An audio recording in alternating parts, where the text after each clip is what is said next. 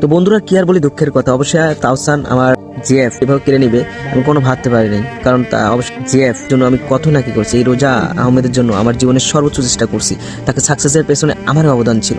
আমি তাকে বিদেশ পাঠিয়েছি 15 লাখ টাকা খরচ করে।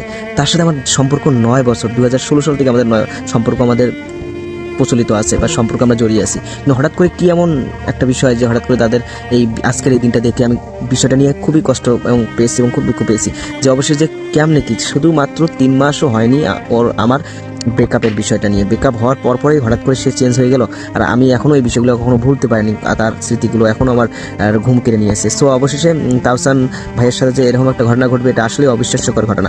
তো তাওসান ভাইয়া এবং রোজা তাদের নাকি সম্পর্ক নাকি 1 বছর আগে থেকে, কিন্তু আমি তো ভাবতে পারিনি আমার সাথে তার 3 মাস আগে ব্রেকআপ হলো। হওয়ার পর কি সে কেমনে 1 বছরকে তাদের মধ্যে সম্পর্ক থাকে। আমি এটা বিষয় নিয়ে এখনও কনফিউজড। তারা বলতেছে নাকি আমার সাথে রোজার নাকি সম্পর্ক 1 বছর আগে ব্রেকআপ হয়েছে, কিন্তু আমার জানা মতে 3 মাস হলো ওর সাথে আমার কন্ট্যাক্ট হয় না। সকল ধরনের সবকিছু অবদান আমার ছিল, শেষ পর্যন্ত আমাকে এভাবে ছেড়ে চলে যাবে বা যেটা আমি এখনো ভাবতে পারিনি। সো তাদের জন্য অনেক শুভকামনা রইল, তারা ভালো থাক, সুস্থ থাক, সে সুখে থাক, এনাফ। আমি আর কি করবো, কিছু বলার নেই আমার।